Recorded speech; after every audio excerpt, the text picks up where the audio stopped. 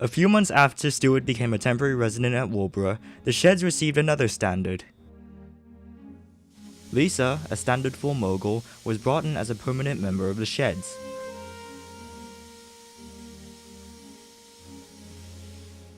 Like Morgan, she tackled goods and passenger trains without a problem.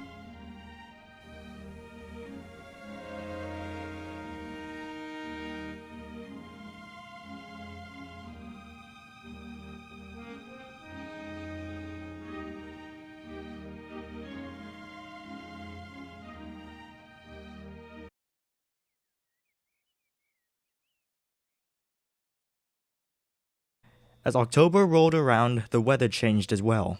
The leaves changed from green to red, orange, and yellow. Mist began to roll in, and ghost stories began to spring up all along the line. Most of the stories were made up to get the younger engines to behave, but some stories were not. On a rather chilly evening at Warrborough Sheds, the engines were winding down for the night when the subject of ghosts came up. Did you hear that one of the tank engines at Newton claimed to have seen a ghost engine last night while shunting? If you're on about the ghost of the Great Western Duke dog that a man of stable there told me, that story's false. Bah! Those are just children's stories. They're not real at all. Oliver looked from 92 Squadron and then to Stuart, who had a pale expression on his face. Stuart, you seem skeptical of 92 Squadron's statement. Well... You're not suggesting that ghosts are real? I might be. Oh, please. Now, Stuart, please, continue. The Standard 6 took a deep breath and began his story. Right, this is a tale that one of the old Caledonian engines told me. The year's 1901, long before British Railways and the Big Four companies came about, on a remote stretch of line owned by the old Caledonian. This line was quite remote up in the Highlands and known by the locals as the Northern Line.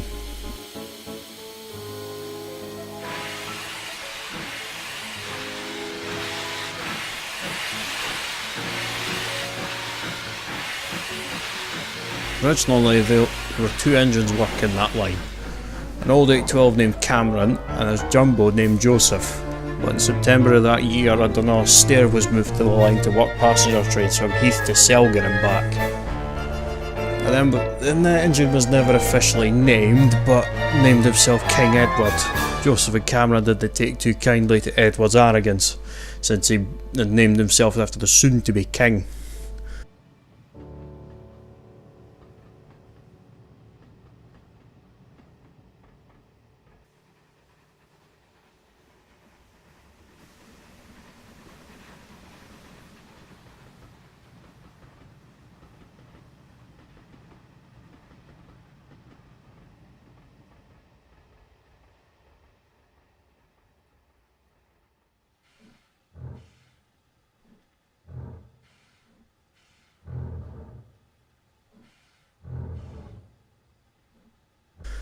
On the night of October 28th, King Edward was rostered on a light passenger train to Selgan, connecting with a train bound for Glasgow.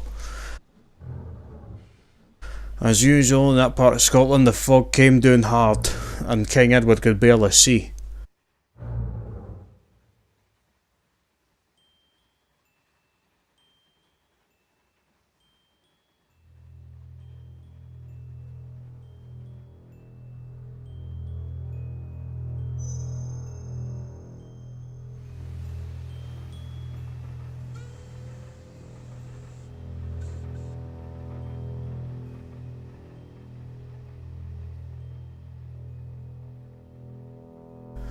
At Herney Junction, the line splits off to a small port and the points had been jammed in the direction of that port.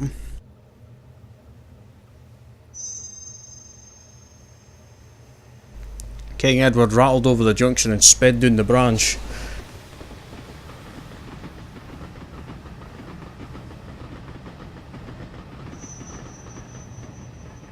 Just before Port Bivey, the line turned sharply, and because King Edward could never see and was never meant to go down that branch, he didn't see it coming and derailed.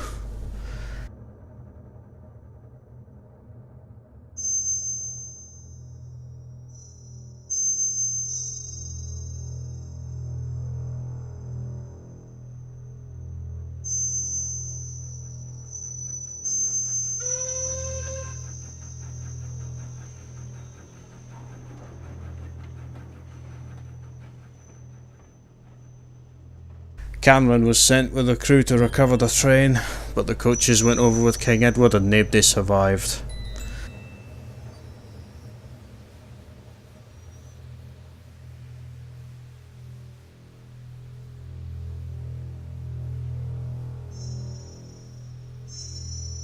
Years passed and not much was said about the accident until at least 1934.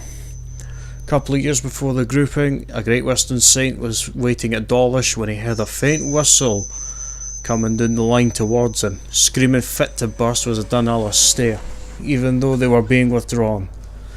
Similar sightings popped up all over the country. When the reports of the derailment came up as well, ever since those certain days, the ghost of King Edward returns racing up and down the railway trying to reach his destination, but he never will. The engines all stared at Stuart with wide eyes. Then 92 Squadron broke in. Please, what a load of rubbish. It's not like you've seen him. Actually, I have. Everyone looked. When? Back in 53, I was working an express hour BTEC.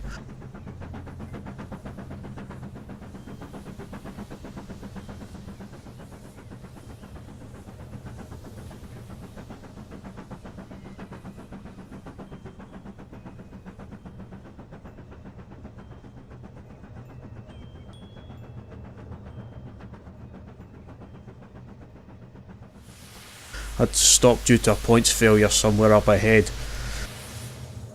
15 minutes later, a faint light appeared in the distance, and what appeared right in front of me was a pale outline of a Dunallis stair racing past.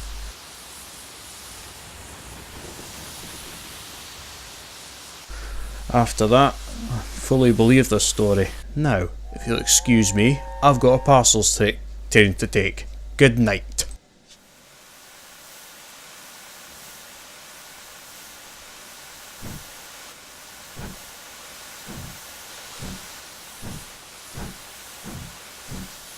Stuart rolled away to the station, leaving the engines in utter disbelief.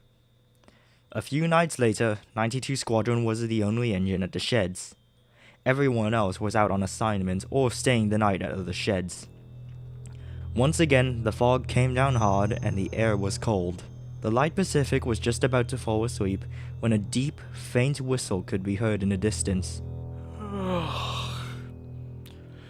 Probably a passing Brit. But the whistle was much deeper than a Brit's chime and wasn't familiar to 92 Squadron.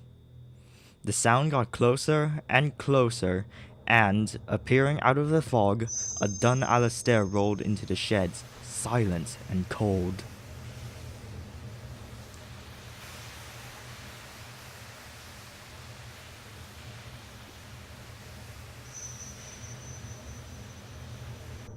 No. Wait. This isn't real. Is it? The engine hissed. 92 Squadron couldn't believe his own eyes. No! Go away! You're not real!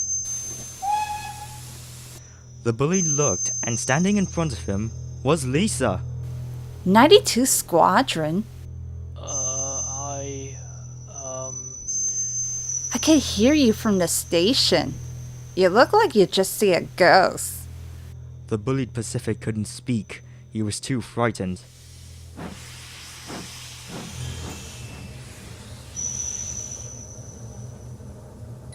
When Lisa rolled into the shed, 92 Squadron took a look around, making sure nothing was there, ghosts and all, King Edwards or not.